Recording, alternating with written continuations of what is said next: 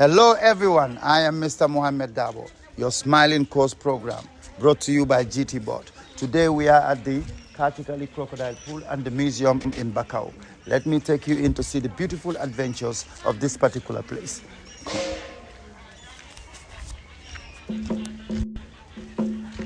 Wow, interesting. This is just beautiful. This is just an interesting thing to see. And it's beautiful here, and we're having a very perfect weather today. I believe we are going to have something very, very interesting to show to the world. This is the Gambia for you.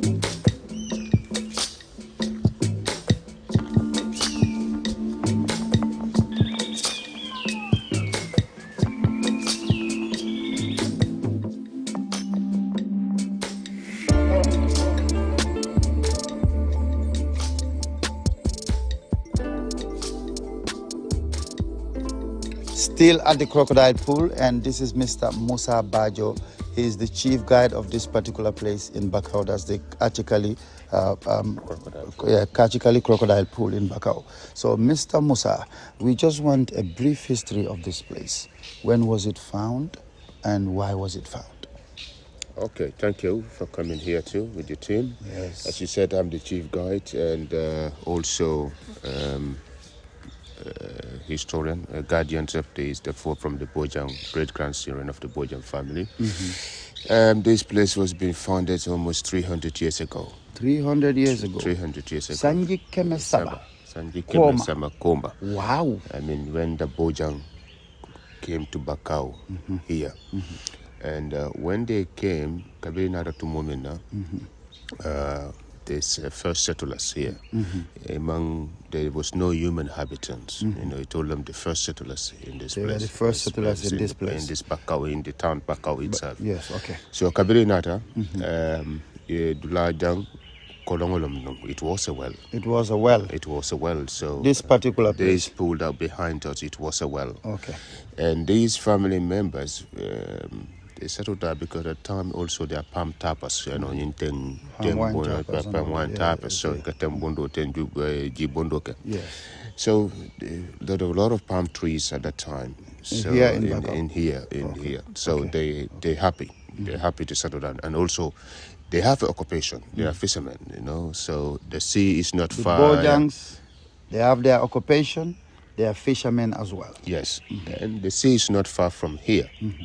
So they decided, okay, what we need a palm wine, we need the sea. So we got it here, which is not far, so we have to settle here. So we settled Sabotojang.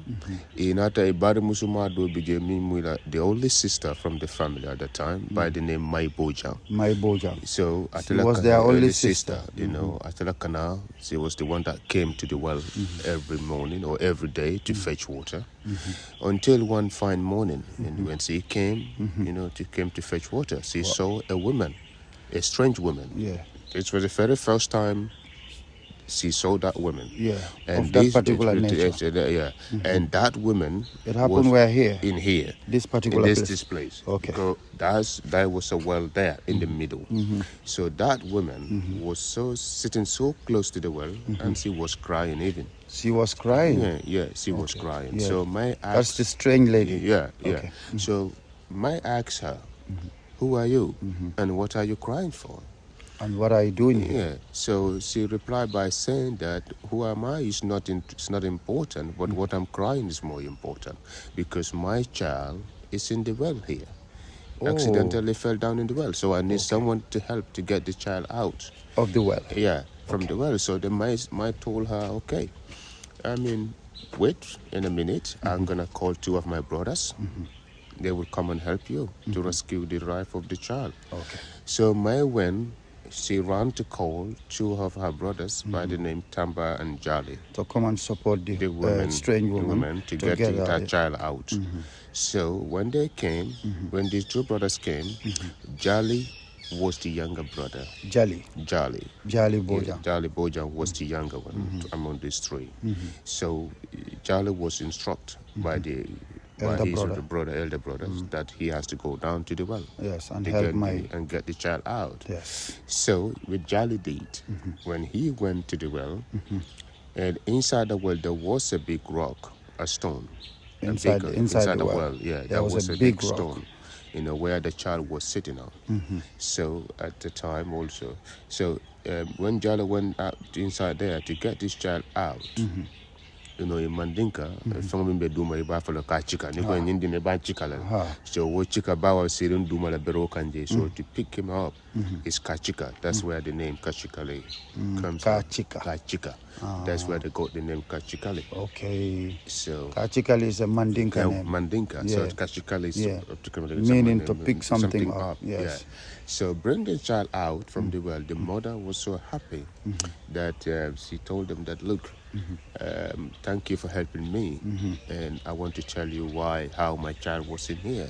That it was her herself that put her child inside the well intentionally, just to test, to see the fate of this particular settlers. When she cried for help, if they will help or not. Yes. Luckily, they helped. She told them that, look, I own this place that you are living here. This is my place. I live here with my family. And we see you both day and night. And you're not, because we are genes.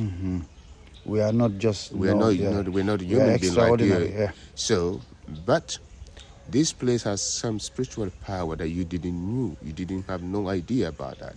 So we want to give you this place to you. We want to hand over this place to you. And this is the reason why I test you by putting my child.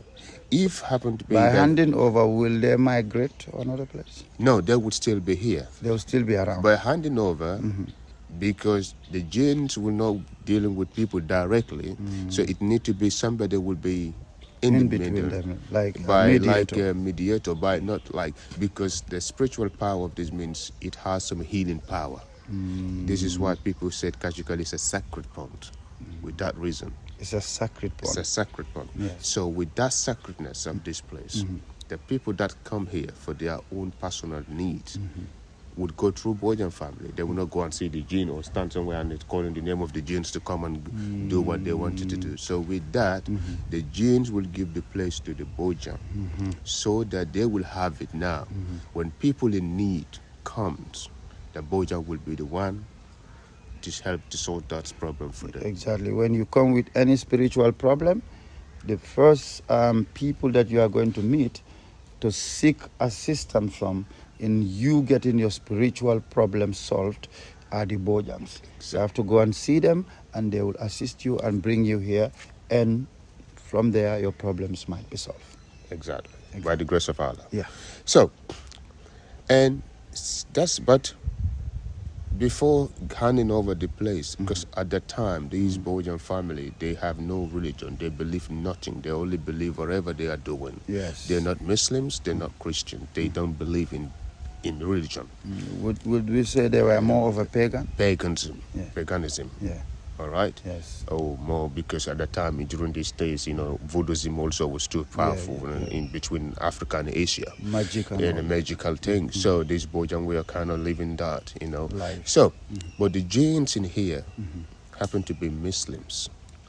And then these Bojang, you remember I told you earlier that there were a lot of palm trees. They go up for palm wine and drink a lot of alcohols here. They do whatever they feel is good to do. They do it.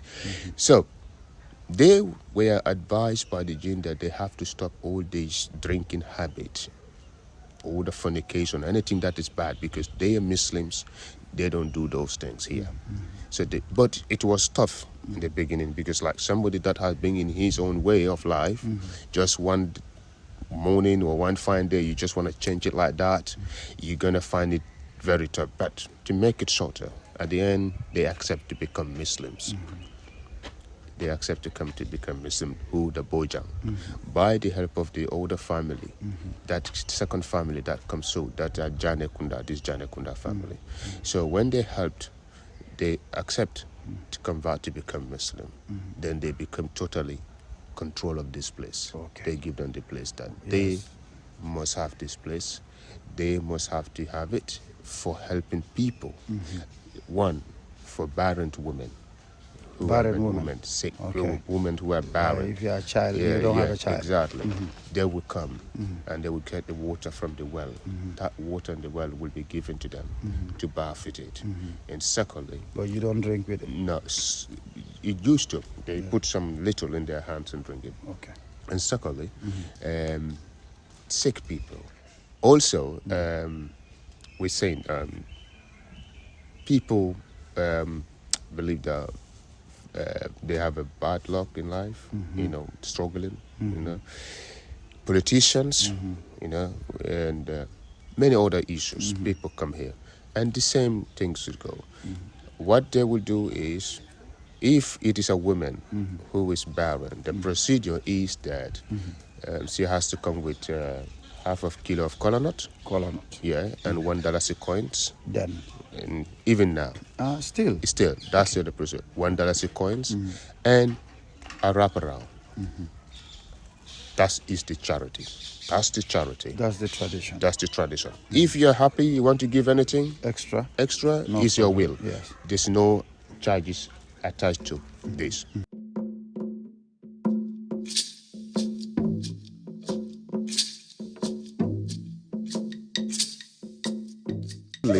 Mostly you can see them all together only in the feeding time. Feeding time. That's with the 7. We feed them 7 in the morning. So when they eat, now the choice is theirs. So they eat every day? Every day. They have to eat every day because Mohammed, but otherwise, once a day. And that satisfies. Otherwise, that crocodile will not walk behind you and let you go like that. So, will not let Mars go. And Mars will jump before the fence there because you are the one that's too close to the crocodile. Yes. I mean, at the end of the day, they choose to do what they want to because we allow them to be more free than rather than being controlling them, come out this time, go in this time. If they got piece of it, they might because they're animals. Yes. You have to always remember they're still animals. Allow nature to take its own cost. Yeah. So those, at the moment you can see, is only this one out. I think I saw one swimming in the water, and I think few I saw in the morning, few out there too. So they choose to be anywhere, but. For say, I know, like when it's cloudy like how it is today, condition that will force them to come out because they need the sun. They are cold-blooded animals. So that, I know that either sooner or later, they will come out because they need the sun to warm. But, okay, like yesterday, it was tough to see one out because it was too hot too. So all of them were in there. Because when it's too hot, it's very difficult to keep them outside. They always prefer to be in the pool. Animals are very sensitive. We communicate with them with the local language we speak, like Mandinka, and they can understand because they've been hearing that, the same words every time. They understood. Tajana. I move. So you see that they will start to move. When they want to fight, sometimes they fight. Fight in its nature. When they want to attack, you say, hey, stop.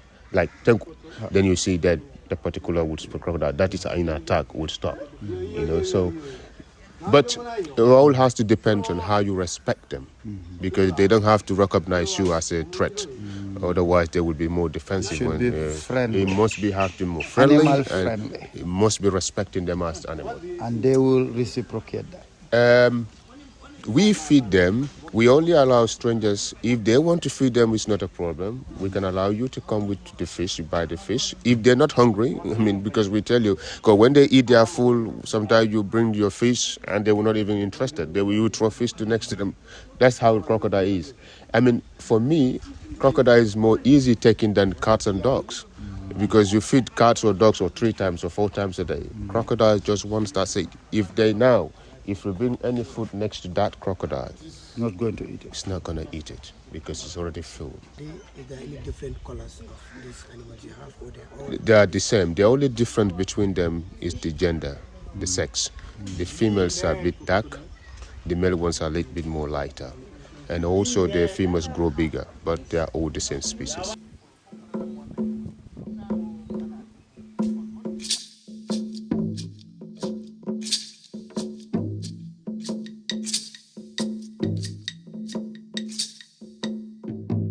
Mr. Bajo, here we are at the museum. Of course, yes. At KachiKalli Crocodile pool. KachiKalli. I live As you know. An interesting personality. Yeah. So we're at the museum. What is the historical background of this place and how important it is? Yes, as you just said, we are back again at the KachiKalli Crocodile Pool Museum. We preserve this museum here just to showcase our culture, that our people were living. And without culture, we will not exactly know where we came from. So to that, and very disappointed that some of the things that we have here, if you ask some of the students going to school, who is the first vice president of the Gambia, you know, many of them will tell you Asadun Jaiseri. Why is we have Sirif Mustafa Diba in here? So this is something that we kept for the kids to learn, to know their history, because I think these are now taken out from the history books and social and environmental studies books in the schools now. So preserving these things, it tells us who we are, the tribe, the culture, cultural background, the people way of living before, and you know, this is why we preserve the people and their ways of life, and that's why we preserve this museum. And also, one of the room there that shows that Africa went to the World War II, including the Gambia. Most of people don't know that. They don't know it, especially our brothers and sisters in diaspora, like African Americans. When they come and read this, they feel like, wow, the history have never said that to us in America or in Europe.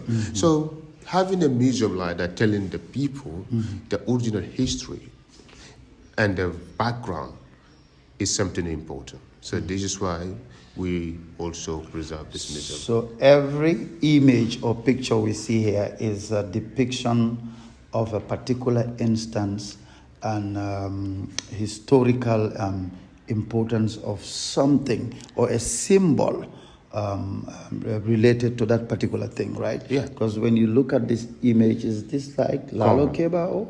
No, not Laro Keba, but he's one of the Kora prayer too. Kora maestros. Yes, maestros. So you see that these Kora maestros, most of the oral history come from them because they know the movement and the settlement of the people. And they know the historical background of families. So most of the oral histories are messengers and custodians of our history. So you see, so that's why Kora is important, like any other instrument here. Very spiritual. Exactly.